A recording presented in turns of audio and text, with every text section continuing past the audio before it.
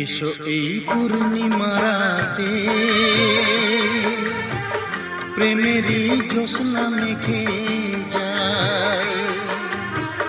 বসো এই ঘাস গালিচাতে, না বলা গল্পটা শোনায়।